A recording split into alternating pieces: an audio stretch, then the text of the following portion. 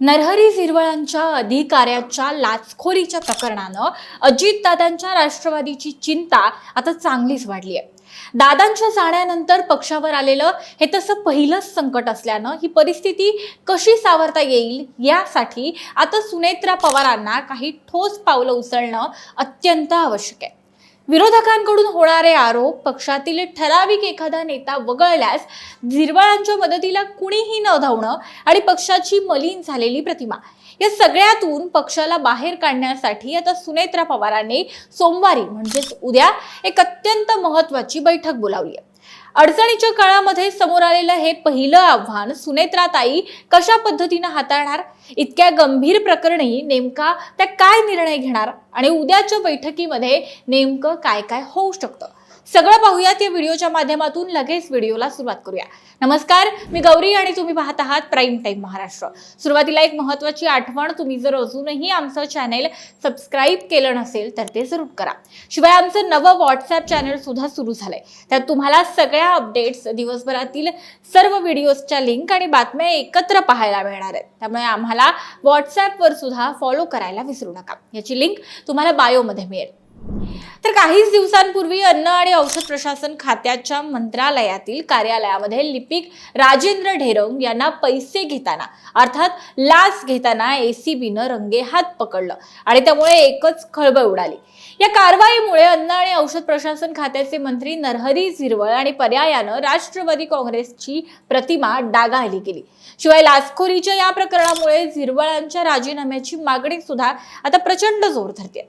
अजित पवारांनंतर राष्ट्रवादी पक्ष हा या प्रकरणाच्या निमित्तानं आता पहिल्यांदाच मोठ्या कोंडीत सापडलाय, असं यामुळे आता म्हटलं जात आहे। आता एकीकडे राष्ट्रवादी काँग्रेस पक्षावर विरोधकांकडून चिखलफेक सुरू आहे, दुसरीकडे अमोल मिटकरींसारखे नेते वगळता पक्षाचा एकही बडा नेता हा झिरवळांच्या समर्थनासाठी पुढे आलेला नाहीये आणि त्याचमुळे आता या अडचणीतून पक्षाला बाहेर काढायचं कसं हा प्रश्न असताना उपमुख्यमंत्री सुनेत्रा पवारांनी या प्रकरणी पुढाकार घेतल्याची माहिती मिळते।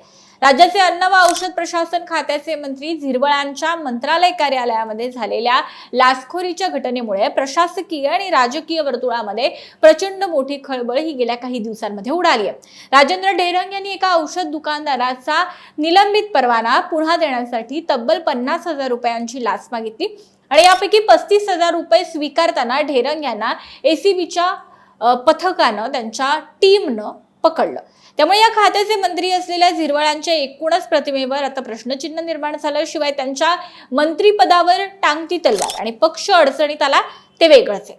आता झिरवळांच्या कार्यालयातील याच लाचखोरीच्या प्रकरणामुळे निर्माण झालेल्या वादावर चर्चा करण्यासाठी सुनेत्रा पवारांकडून राष्ट्रवादी काँग्रेस पक्षाच्या कोर कमिटीची बैठक लावण्यात आली आहे। उद्या म्हणजे सोमवारी संध्याकाळी 6 वाजता ही तातडीची बैठक बोलावण्यात आली आहे।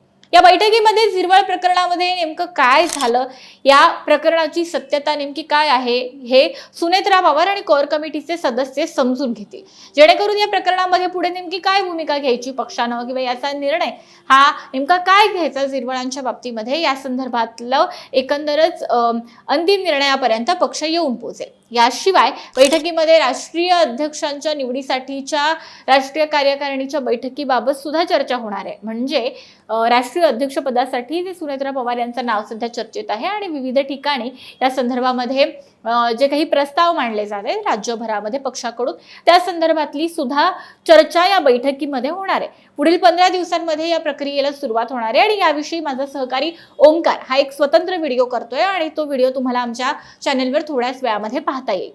दरम्यान झिरवळांचं हे जे काही प्रकरण आहे, सुनेत्रा पवारांनी आता आपल्या कोर्टामध्ये ते घेतलेलं आहे आणि त्या आता याचा कसा सोक्षमोक्ष लावतात हे पाहणं अत्यंत महत्त्वाचं आहे। लक्षात घ्या, दादांनंतर पक्षावर आलेलं हे पहिलं संकट असल्यानं ते परतवून लावण्यासाठी किंवा त्याला शह देण्यासाठी सुनेत्राताईंची शैली नेमकी कशी असणार आहे यावरून त्यांचं एकंदर राजकारण आणि राजकारणाची शैली दिसणार आहे। त्यामुळे या सगळ्याकडे संपूर्ण राजकीय वर्तुळाचं लक्ष आहे।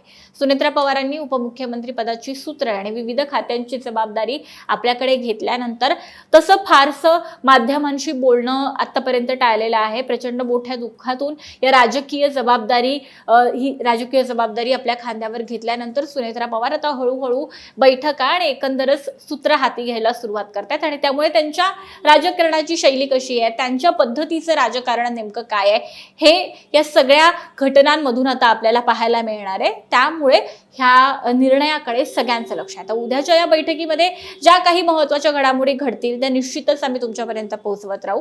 पण तुम्हाला या संपूर्ण प्रकरणी झिरवळांच्या अधिकाऱ्यानं या सगळ्यामध्ये अडकणं, त्यातून राष्ट्रवादी पक्षातील कुठल्याही नेत्यानं झिरवळांच्या मदतीसाठी धावून न येणं आणि आता खुद्द सुनेत्रा पवारांनी या सगळ्या प्रकरणाचा सोक्षमोक्ष लावण्यासाठी तातडीची बैठक बोलावणं, या सगळ्या प्रकरणाकडे तुम्ही नेमकं कसं पाहता, तुम्हाला काय वाटतं, तुमची मतं, तुमच्या प्रतिक्रिया आणि भावना आम्हाला कमेंट बॉक्समध्ये नक्की सांगा. आणि व्हिडिओ महत्त्वाचा वाटला तर लाईक करायला विसरू नका.